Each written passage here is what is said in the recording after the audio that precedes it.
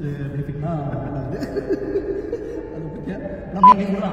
Open licence கிடையாது. இந்த மாதிரியான ஒரு கண்ட்ரி பார்த்தது யார் எடுக்கலாம்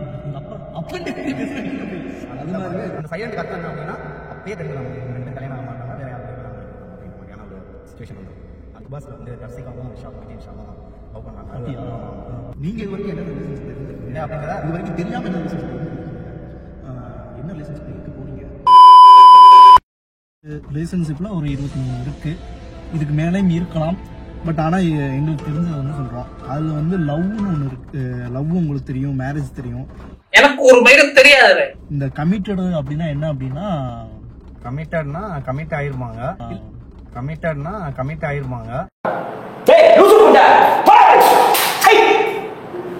இல்ல ஆக்சுவலி அதுதான் வந்து நிறைய பேர் கன்ஃபியூஸா இருக்கு. லவ்வும் கமிட்டடும் ஒன்று தானே அப்படின்னு சொல்லி கேட்பாங்க.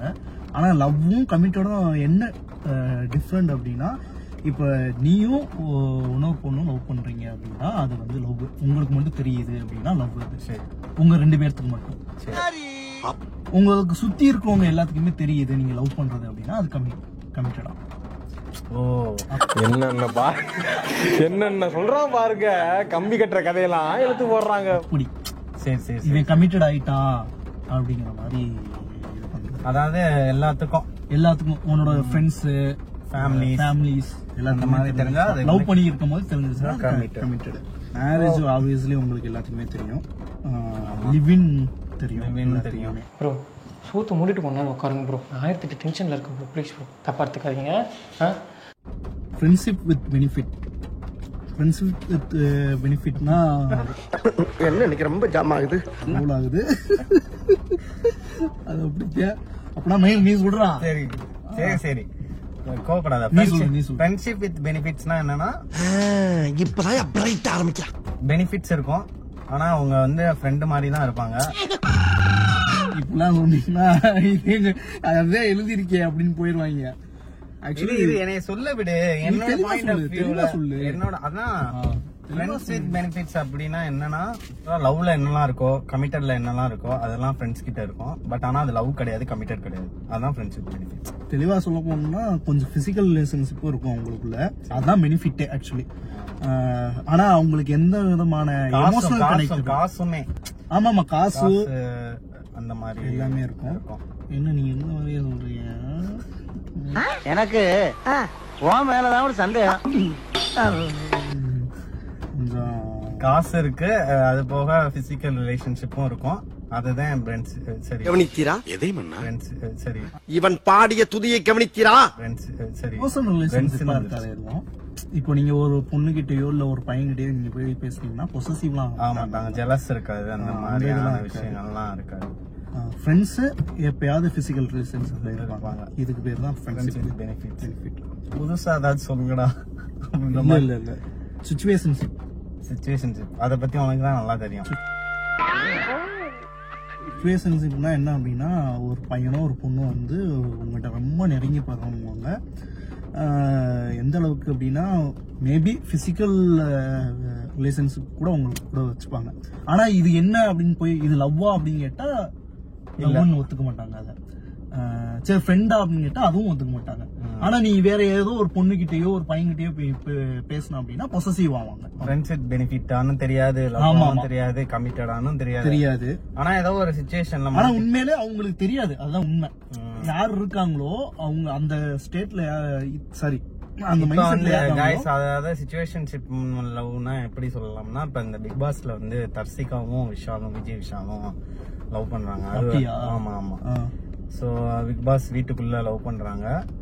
அது வந்து ஒரு சிச்சுவேஷன்ஷிப் மாதிரி தான். எப்படின்னா அந்த 100 நாள் உள்ள இருக்காங்க, அதுக்குள்ள அவங்களுக்குள்ள தெரிஞ்சிருக்காது, அவங்களுக்குமே இன்னும் தெரியல அது வந்து என்ன லவ்வா என்ன அப்படின்ற மாதிரி.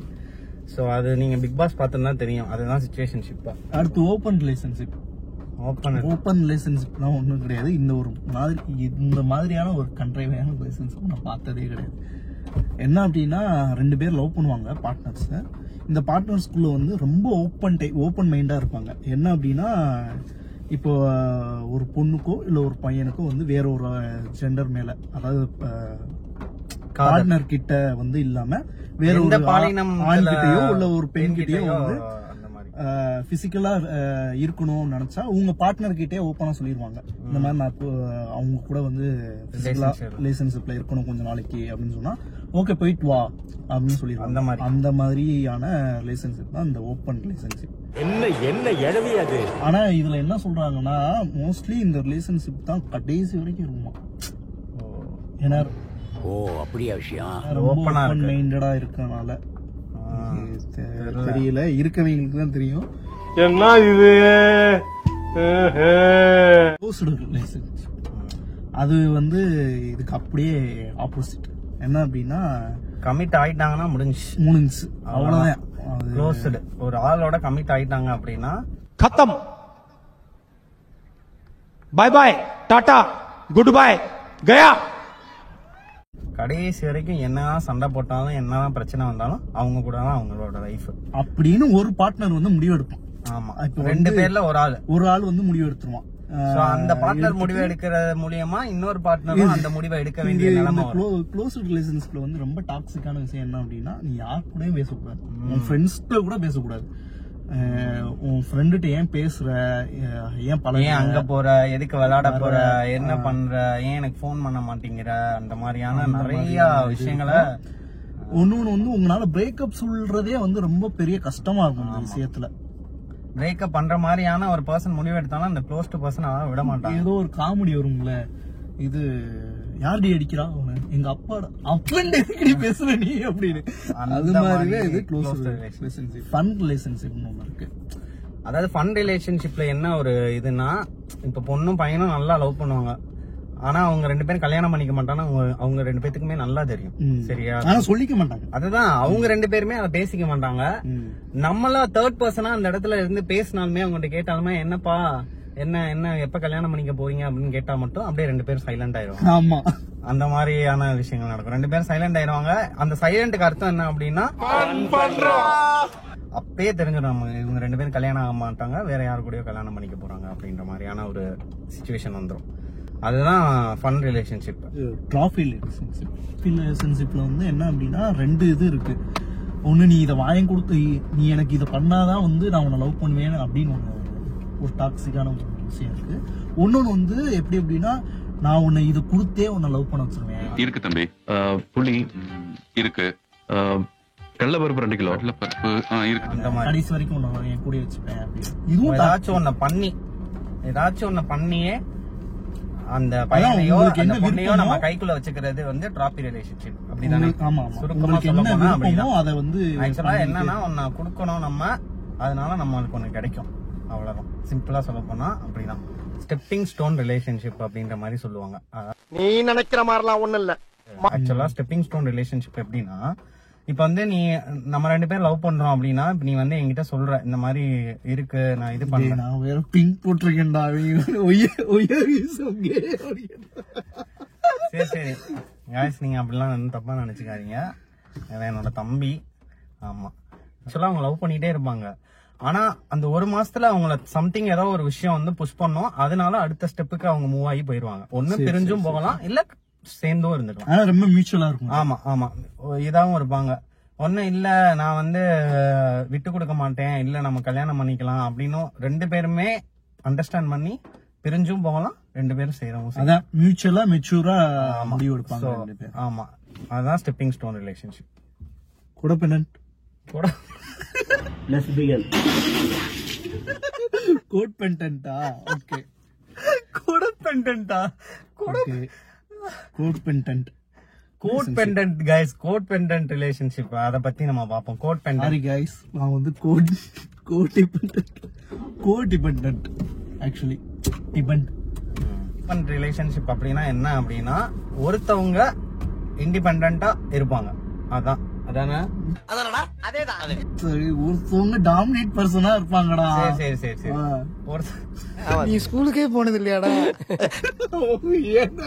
இப்பதான் கைஸ் இவனுக்கு வந்து தெளிவா சொன்னேன் இதுதான்டா அப்படின்ட்டு. கோடிபெண்ட் அதாவது எப்படின்னா ஒருத்தவங்க ஃபுல்லா என்னைய பேச விடு, ப்ராப்பரா சொன்னோம்ல. அதாவது கோடிபெண்ட்னா என்னன்னா ஒருத்தவங்க ரொம்ப டாக்ஸிக்கா இருப்பாங்க, அந்த மாதிரி டாக்ஸிக் டாமினேட் பர்சன். அந்த மாதிரி டாக்ஸிக்லயே நிறைய விதம் இருக்கு, அதுல இது ஒரு விதம். அதாவது என்ன அப்படின்னா இந்த ரிலேஷன்ஷிப்ல இருந்தீங்க அப்படின்னா கண்டிப்பா சாகுறதும் ஒண்ணுதான், கூட இருக்கிறதும் ஒண்ணுதான். ஆமா, லவ் மட்டும்தான். அதாவது அது எப்படி இருக்கும், இந்த லவ் எப்படி இருக்கும்னா 2 பேர் சேர்ந்து இருக்கும் போது மட்டும்தான் அந்த லவ் இருக்கும். அதுவும் எப்படி இருக்கும்ன்றது உங்களுக்கு நல்லா தெரியும். நான் சொல்றதான் ஸ்டாப் பண்ணும். நான் யார்கிட்ட சொல்றேன்னா அவங்கள்ட்ட பேசணும். செல்ல வச்சிடணும், தூங்கணும்னா தூங்கணும், அந்த மாதிரி. ஸோ அது வந்து ஒரு எப்படி சொல்றதுன்னா அது ஒரு ரொம்ப ஒரு ரக்குடான ஒரு ரிலேஷன்ஷிப் மாதிரி இருக்கும். ஆமா, இந்த மாதிரி என்னன்னாலும் சொல்லலாம். ஆனா இவங்க தைலி போக மாட்டாங்க, பிரேக்கப் பண்ணிட்டு. ஆமா, அந்த மாதிரி போட்டு ஓடி பண்ணிட்டு. காம்ப்ளிகேட்டட் ரிலேஷன்ஷிப்னா தெரியுங்களா? தெரியுது எனக்கு. காம்ப்ளிகேட்